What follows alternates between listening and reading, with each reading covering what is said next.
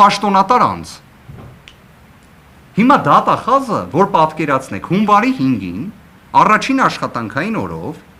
ոչ թե միջոց է ձեռնարկում պարզելու համար, քննիչը ջանասիրություն դրսևորում է, թե ոչ։ Սամվել Կարապետյանի առողջական վիճակը ինչպես է եւ այլն, այլ մեկ գործողություն ունի անելու։ Դա բողոք ներկայացնելն է։ Իդեպ արձերն էլ մուտք են արել, որ պատկերացնեք հարգելի գործընկերներ։ Հիմքն էլ նրանում է, կարճ ասած։ Ինչի համար կալանք չլինի։ Դա է։ Այսինքն շարադրված է քրեական դատավարության օրենսգրքի շաբլոնային ձևակերպումները, որոնք վերաբերում են կալանքին։ Եվ պատասխանն է, ինչի չլինի կալանք։ Իսկ ինչ վերաբերում է ջանասիրության հետ կապված կամ այլ հանգամանքներին, մեկ նախադասությամբ պարզապես արձանագրվում է, որ դրա հետ համաձայն չի դատախազը։ Լավ, ինչի հետ պետք է համաձայն լինեն։ Անկեղծ, լավ, ինչ պետք է լինի։ Այսինքն պատկերացումը մեր հարգարժան իրավապահների նրանում է, որ բոլորը լինեն կալանավորված։ Մեկ դատավորի մասին հայտնի պատմություն կա։ Շատ հայտնի դատավոր է իդեպ, շատ հայտնի։ Ասում են, երբ ինքը փողոցով քայլում է եւ մարդ է տեսնում, տխրում է, որտեվ ասում է, չէ՞ որ այս մարդուն կարող է կալանավորած լինել։ Չէ, իդեպ, բայց շատ հեռու չեք։ Հիմա լավ, այս տրամաբանությամբ պետք է մոտենանք մենք քրեական վարույթներին։ Մյուս հանգամանքն էլ, որ հակիրճ նշեմ եւ խոսքը փոխանցեմ գործընկերներիս։ Երեք նկատեցի, որ հրապարակայնորեն 2025 թվականի հունիսի 17-ին Սամվել Կարապետյանի նկատմամբ քաղաքական հետապնդման մեկնարկը, ցուցումը, հանձնարարությունը տված Նիկոլ Փաշինյանի կողմից մի քանի, կարծես ռետորական կամ ոչ ռետորական հարցադրում հնչեց։ Ինչ է արդարությունը, ինչ է արդարադատությունը, ինչ է դատավորի խիղճը։ Այս հարցերին պատասխանները այնքան հեշտ են։ Եթե ուզում ենք հասկանանք, թե ինչ է արդարադատությունը, առաջինը դա նրա մասին է, որ օրինակ Facebook-յան արդարադատություն պետք է չլինի։ Չպետք է հրապարակային ցուցումներ տրվեն, թե ով պետք է կալանավորվի, ում նկատմամբ քրեական վարույթ հարուցվի, քրեական վարույթ հարուցելուց հոդվածները նշվեն։ Արդարությունը ո՞րն է։ Արդարությունը, գիտեք, մեր հասարակությունը շատ լավ պատկերացնում է, թե ո՞րն է։ Մեր հասարակությունը իդեպ ամենալավն է կարողանում գնահատել բոլոր դատավորներին եւ այդ տեսանկյունից, թե ո՞րն է արդարադատությունը եւ ո՞րն է արդարությունը։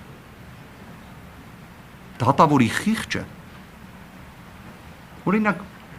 ինչ եք կարծում, կարող է ունենալ խիղճ կամ կարող է ունենալ արդարադատության նվազագույն հնարավորություն մի դատավոր, որ արդեն իսկ մի քանի ամսվա ընթացքում 3 արքեպիսկոպոսի կալանավորելու վերաբերյալ որոշում է կայացրել։ Օրինակ կարող է ունենալ։ Իդեպ միջազգային փորձը այս հարցերին, որոնք թվում էր, թե այսպես ասած հանրությանը որպես շատ բարդ հարցադրումներ են մատուցվում, հա, դրա պատասխանները տրվել են։ Արդարադատության եւ արդարության համար, որոնք իրար փոխլրացնող են։ Առաջին երաշխիքը մարդասիրությունն է։ Տարական մարդասիրությունը։ Տարական, որ մարդիկ կալանքը չֆետիշացնեն, այդ ժամանակ լինում է արդարություն, այնուհետև արդարադատություն։ Տարական մարդասիրության արկայությունն է երաշխիքը, որ լինի արդարություն, որ լինի արդարադատություն եւ դատավորների խիղճ գոյություն ունենա։ Երկրորդ հանգամանքն էլ կա։ Կոչվում է իրավունքի գերակայություն։ Շատ պարզ բանաձև։ Իրավունքի գերակայության դեպքում մարդկանց պարզապես չեն կալանավորում։ Կամ կալանավորելուց հետո համարձակություն չի լինում կալանքը վերացնելը կամ փոխելը։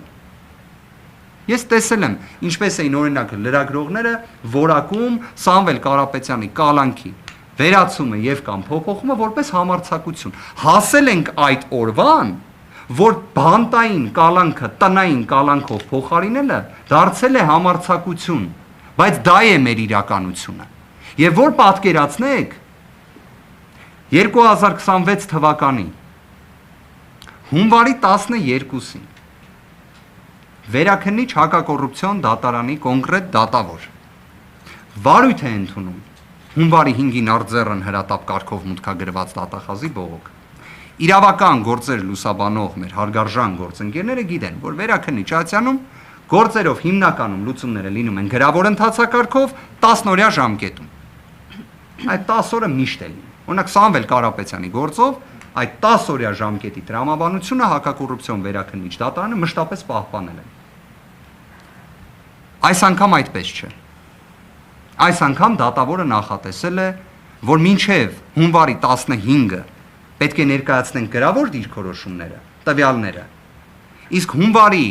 16-ին պետք է հրապարակվի դատական ակտը, որտեղ է շտապում Վերաքննիչ հակակոռուպցիոն դատարանը։ Դատախազը հասկացանք։ Երևի թե դատախազությունում այլ խափաման միջոցի վերաբերյալ պատկերացում չկա, քանի որ իրենք վճռականորեն ապացուցել են տևական ժամանակ, որ Սամվել Կարապետյանի գործով քրեական դատավարության օրենսգիրք, այլ իրավական ակտեր դրանք նշանակություն չունեն, քանի որ քաղաքական հետապնդում են։ Բա Վերաքննիչ հակակոռուպցիոն դատարանը որտեղ է շտապում։ Բոլոր դեպքերում այս գործի ամենակարևոր հանգամանքը մեկն է։ Ամեն ինչ հրապարակային է արվում, ամեն ինչ փաստաթղթավորված է արվում, իսկ պատասխանատվության անխուսափելիության սկզբունքը գործում է դարեր ի վեր։ Գործընկերներս կշարունակեն։ Շնորհակալություն, հարգելի